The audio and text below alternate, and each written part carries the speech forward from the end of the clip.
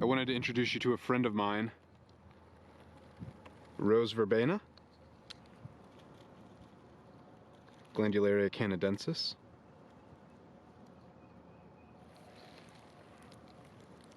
Taking advantage of the lovely weather to show herself off. Easy on the eyes if you ask me. So this cluster of flowers, this fuzzy part in the middle will continue to grow up and more will bloom, you know, from the bottom up. And then as they bloom, they'll ripen and go to seed in that same order, up and up the spike here. Let's look at some of these leaves. I'm a big fan of deeply lobed pinnate leaves.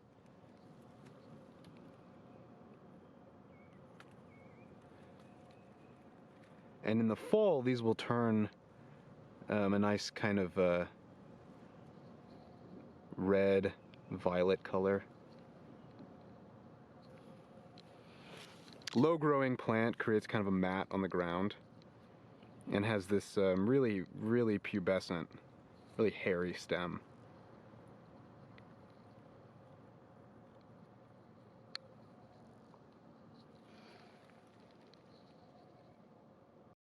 So you can see Swope Park down there, and we're up on a chunk of limestone here, and there's a lot to talk about. First of all, way back there, we've got more of our Rose verbena. See those pink clusters? We've got a nice redbud coming out of the crack here. Just, you know, growing right out of a boulder. You know, is there soil there? Doesn't matter. Cercis canadensis. There's also a white form of this where the flowers are white. It's still considered the same species. Cercis canadensis, redbud, pretty common tree in our area. It is in Fabaceae, the pea family, and it's got a very sort of classic pea-like flower. You know, if you grow peas in your garden, look at the flowers before they become pea pods, and they have this kind of banner and keel. It's a pretty standard legume flower. And again, you know, really generous display, right? Really putting it on for us. Great work, Cercis.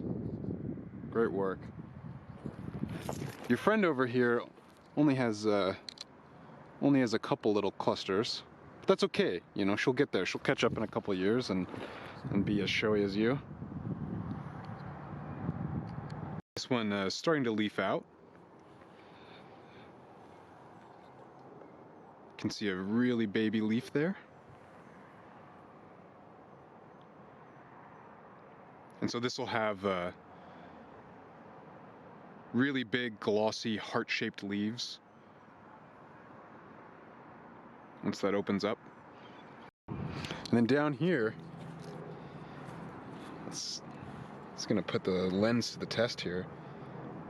Very tiny. Very tiny. This is a chervil of some kind. I don't think I could tell you the species, but Chaerophyllum. Let's get in there.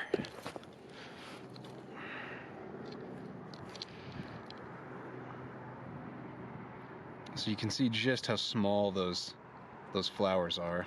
I'll get my grubby finger in there for scale. I mean, they're just minuscule. And this is why you should look closely, right?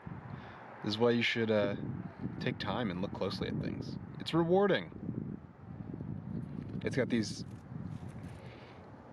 compound leaves, you know, so you can see the leaf there is broken up into leaflets, and then each leaflet is then further subdivided into these lobes.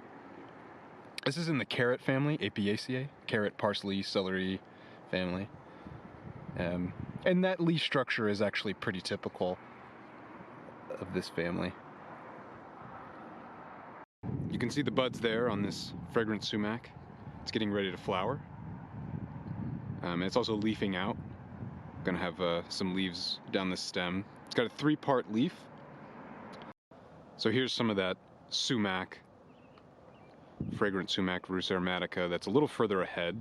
So it's leafing out, and you can get a good look at these 3-part leaves. So we say this is one leaf. It's a compound leaf with 3 leaflets, because you'll never find just one of these. You'll never find just one of these coming out of the stem. They always come out on a little stalk, on a little petiole, in groups of 3.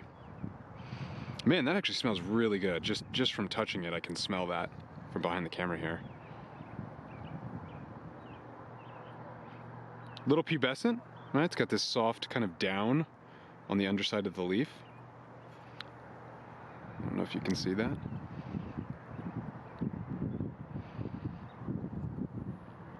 Handsome plant. Maybe if you're doing some landscaping this year, you know, don't plant a yew. Plant something fun and native that smells nice, like this, you know. And look at this cute little plant community just coming out of a rock, big boulder. Life finds a way, as the philosopher Jeff Goldblum once said. Our wood sorrel is just coming out of this crack in a boulder. You thought you grew up in a bad neighborhood. This is all she's got to work with. Just that crack.